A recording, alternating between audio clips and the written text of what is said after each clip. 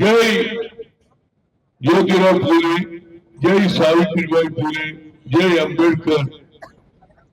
సోదరులారా, సోదరి మండలారా,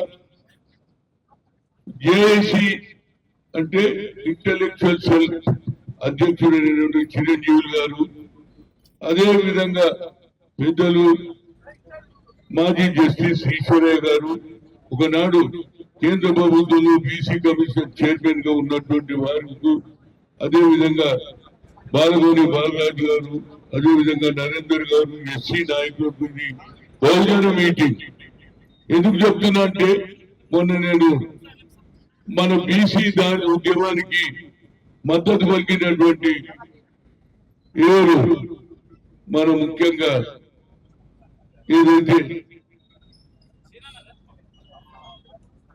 మందకృష్ణ మాదిగా కూడా సపోర్ట్ చేశారు. ఇవాళ వాళ్ళ నాయకులు కూడా ఇక్కడికి వచ్చారు. మిత్రులారా, దయచేసి మీరు అందరు కూర్చోవాలి బాబు, లేకుంటే పేపర్ వాళ్ళు సీట్లే ఖాళీ ఉన్నాయని చెప్తారు. దండం పెడతారు ఆ సీట్లకు, ఎందుకంటే వాళ్ళు అదే చూస్తారు.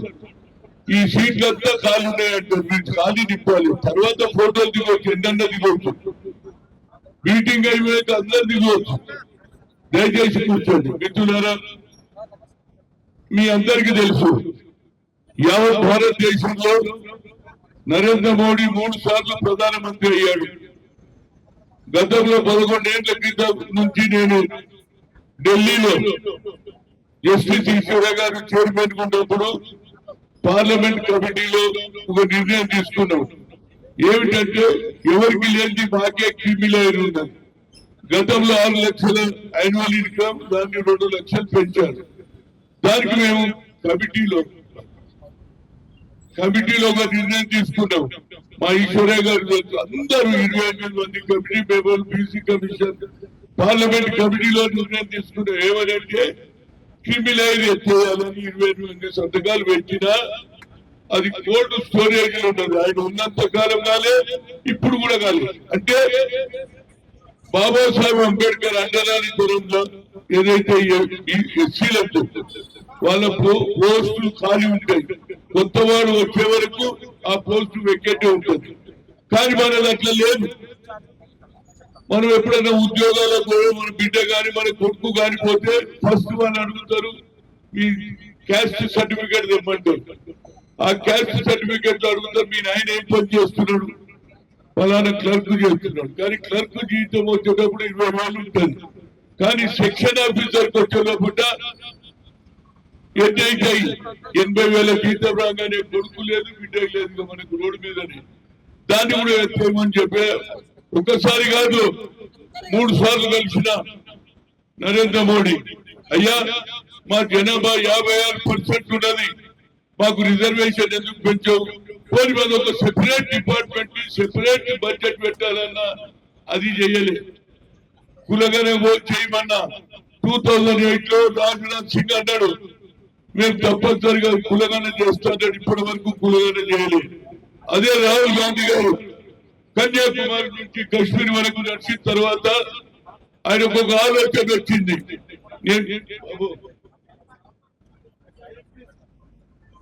ఆయన ఉద్దేశం ఏమిటంటే, నేను మొన్నటి వరకు కేవలం ఎస్టీలకి అన్యాయం జరుగుతున్నదన్నా కానీ దీంతో పాటు బీసీలకు కూడా అన్యాయం జరుగుతుంది. కాబట్టి నేను తప్పనిసరిగా we come to the power, will conduct caste wise census, అంతటితో ఆగలే జితనా హిస్సేదారీ ఉట్టి భాగీదారు according to their population wise their reservation should be increased అని చెప్పడం.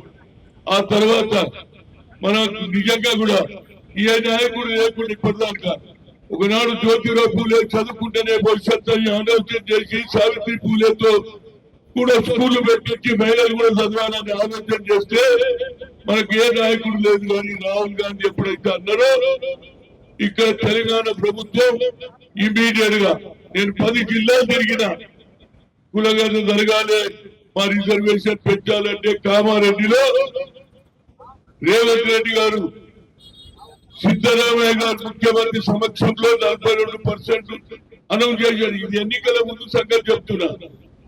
ఎన్నికల ముందు చెప్పాడు కామారెడ్డిలో దాన్ని ఇంప్లిమెంట్ చేస్తారన్నారు. ఇప్పుడే మా చిరంజీవి గారు కరెక్ట్ చెప్పారు. ఆనాడు ఏది 200 కోట్లు అన్నాడు, 20 కోట్ల 20,000 కోట్లు అన్నాడు.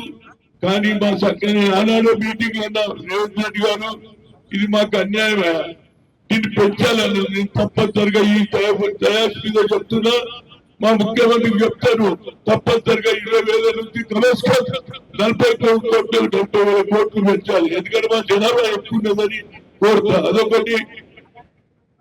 5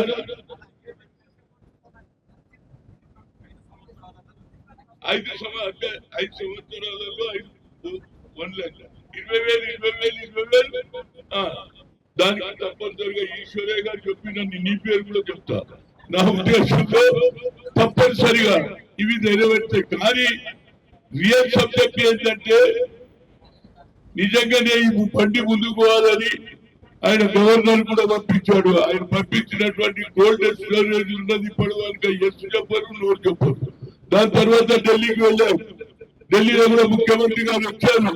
జంతర్ మంతర్లో కూర్చున్నాం. కానీ ప్రెసిడెంట్ ఆఫ్ ఇండియా కూడా మాకు అపాయింట్మెంట్ ఇవ్వాలి. ఇంత ఇచ్చే సారబాబు ఓట్లు మావి రాజ్యం మీదంటే నడవదు. మా ఓట్లతో ఎవరు గెలిచినా ఎస్సీ ఎస్టీ ఓబీసీ అదే విధంగా మైనార్టీ ఓట్లతో మనం హైయెస్ట్ సంఖ్య మనదే. 90% ప్రజలకు అన్యాయం జరుగుతుంది, 10% లాభపడుతుందని రాహుల్ గాంధీ ప్రతి మీటింగ్ లో చెప్పారు. అదే విధంగా ఐఏఎస్ ఐపీఎస్ లో కూడా అరకోళ్ళకో ఎవరో ఇద్దరు ముగ్గురు అవుతారు. ఇక జడ్జిల సంగతి అయితే చెప్పేది అవసరం లేదు. ఈశ్వరయ్య అదృష్టానికి ఆయన జడ్జి అయిన గారు చాలా మందికి అవకాశమే లేదు. అందులో మన సంఘం లేదు. అయితే ఇవాళ ఒకటి దీని రాజ్యాంగ పరంగా ఏదైతే నిర్ణయం తీసుకోవాలంటే హైకోర్టు ఇవాళ ఒప్పుకోలేదు, సుప్రీంకోర్టు పోతే మళ్ళా మీ దగ్గరికి ఇవ్వమన్నారు. అంటే మనం ఎన్ని రోజులు ఇట్లుండాలో, దేశ స్వాతంత్రం వచ్చి 76 ఏళ్ళు అయిపోయింది, ఇంకా వాళ్ళని ఆజ్ఞాపిస్తున్నారు. కనుక తప్పనిసరిగా 9th షెడ్యూల్ అన్నాడు రాహుల్ గాంధీ, మనం come to the power will conduct cash wise census and also 9th schedule లో ఇంప్లిమెంట్ చేయడానికి నేను ప్రయత్నం చేస్తాను. ఆయన పార్లమెంట్ లో బిల్లు పెట్టినాడు. అన్ని పార్టీల వాళ్ళు సపోర్ట్ చేయాలి.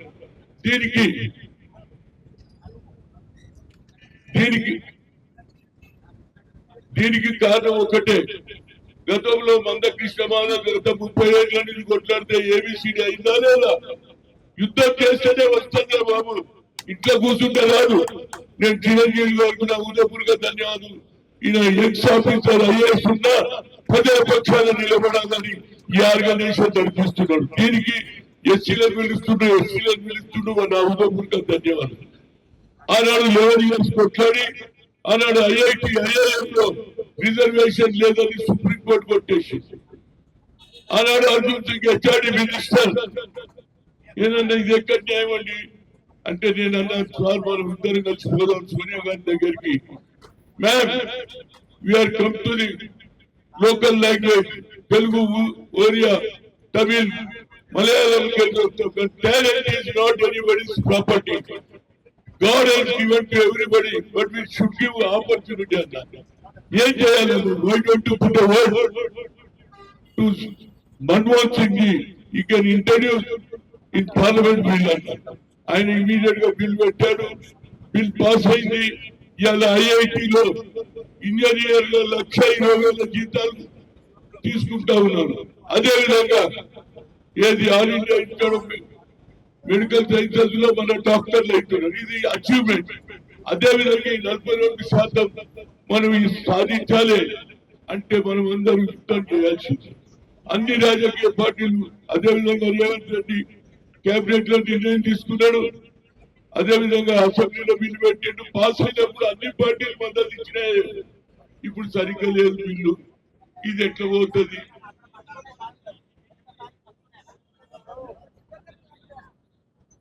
అరే కూర్చుంటే ఏమైతుందో కొంచెం డిసిప్లిన్.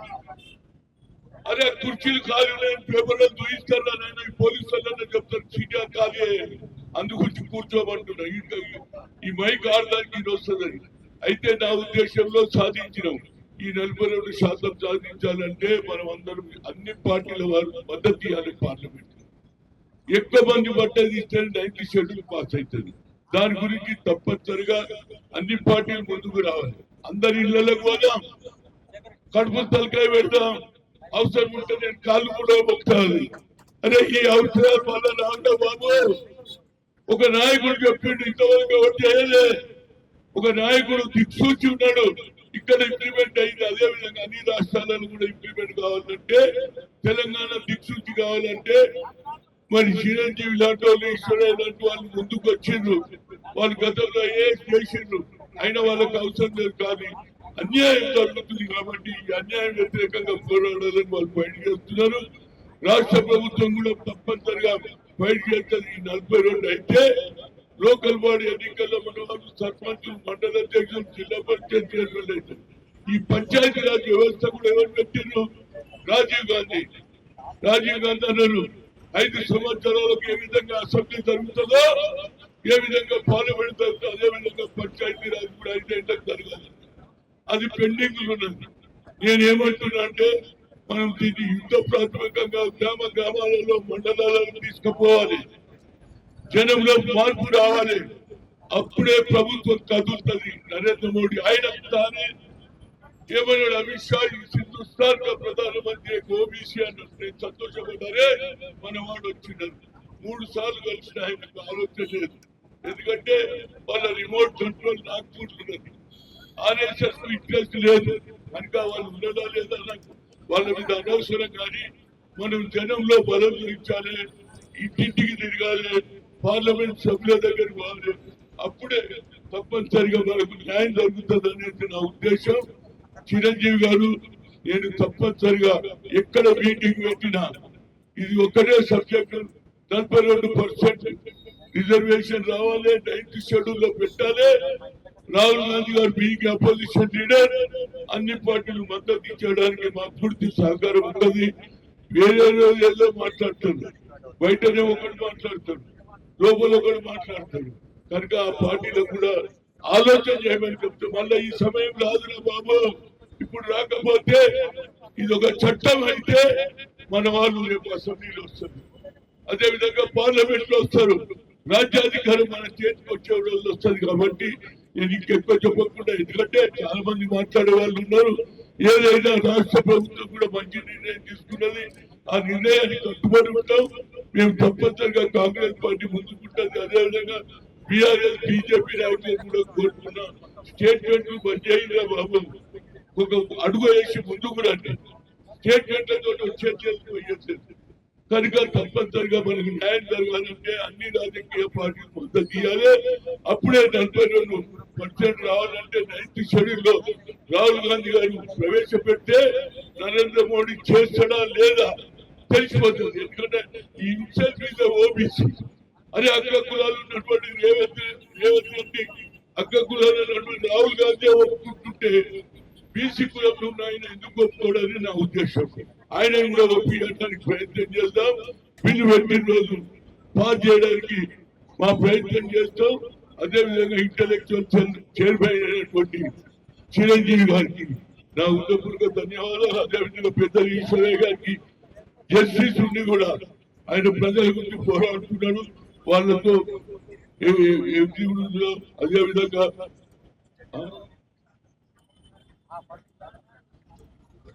శాతారం బాలరాజ్ గారికి కూడా, విశారథి భారత్ గారికి కూడా, ఎందుకంటే తెలియదు కాబట్టి నేను పేరు చెప్తున్నాను. దయచేసి భారత్ గారికి కూడా నా ఉదయపూర్గా ధన్యవాదాలు. వచ్చినటువంటి ఇది రోజు రోజు ఇక్కడనే కాదే, నువ్వు జిల్లా నిలబెట్టు, ప్రతి జిల్లాకు వస్తానే ఊళ్ళో ప్రచారం చేద్దాం. 42 సాధించే వరకు డే అండ్ నైట్ కష్టపడదాం. అది సాధించిన రోజే మన పిల్లల భవిష్యత్తు, వచ్చే తరం వారికి న్యాయం చేసిన వాళ్ళు కోరుతూ సెలవు తీసుకుంటున్నారు. జై బీసీ, జై బీసీ, జై